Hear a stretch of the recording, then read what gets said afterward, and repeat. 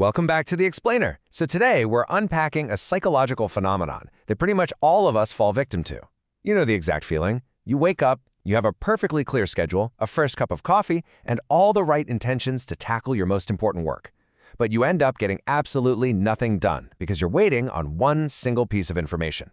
Today we're uncovering exactly why waiting for a simple answer can completely derail our productivity, and more importantly, how we can take our days back.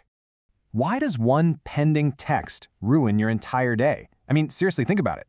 You're sitting there at your desk, armed with this massive to-do list, and yet you just find yourself staring at a blank wall. Or, mindlessly refreshing your inbox, just waiting for a simple yes or no.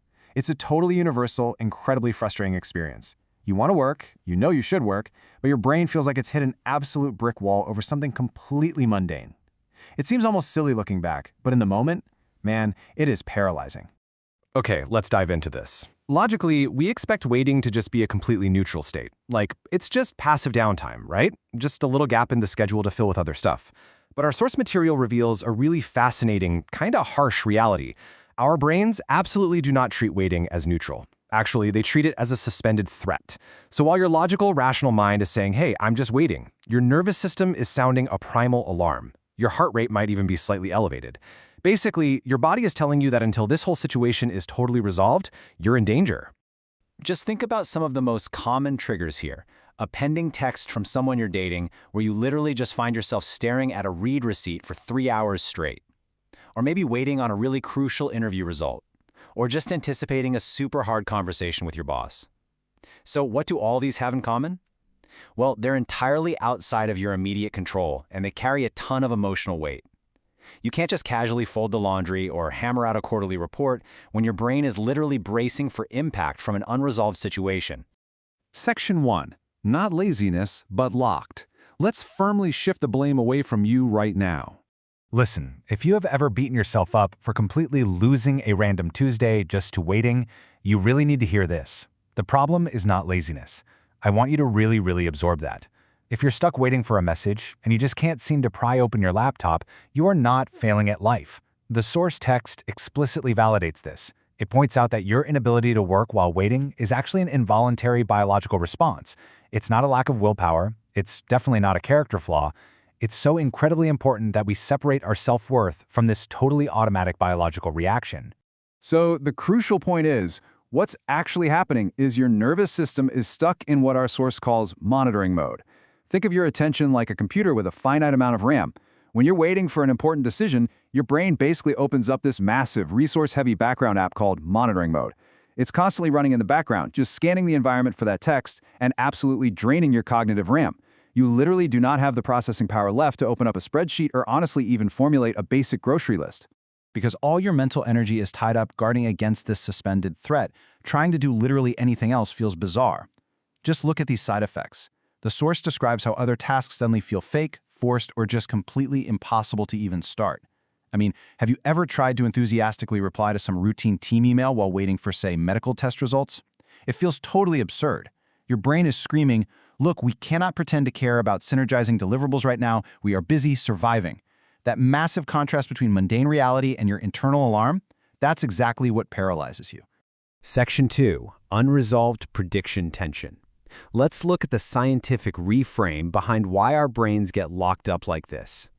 Now what's really interesting here is, if it isn't laziness, what exactly is it? Well, the root of the whole problem is unresolved prediction tension. See, evolutionarily speaking, your brain is a prediction machine. It desperately wants to know what happens next so it can keep you safe from predators or, social rejection. When an answer is pending, that prediction is left unresolved. Your nervous system defaults to treating the unknown as an active living threat.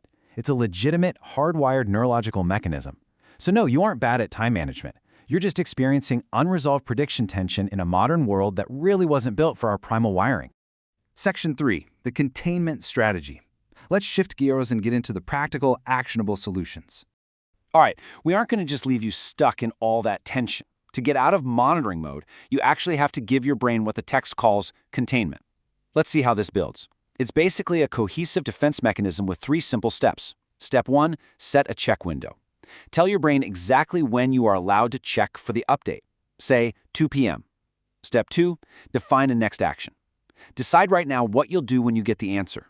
or even what you'll do if you don't get it. This brilliantly removes the fear of the unknown by just giving your brain a clear roadmap. And finally, step 3, pick a parallel task.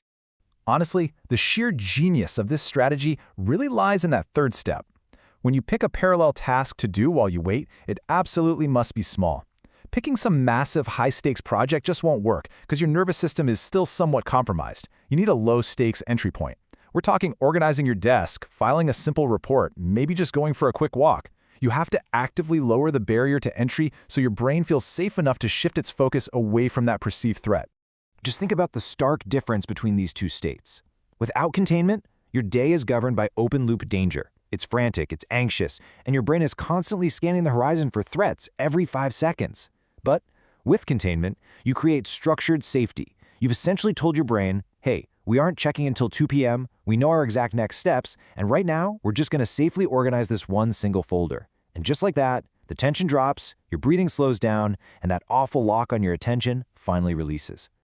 And this brilliantly illustrates the empowering core takeaway here. You actually have the power to trick your nervous system entirely out of threat mode.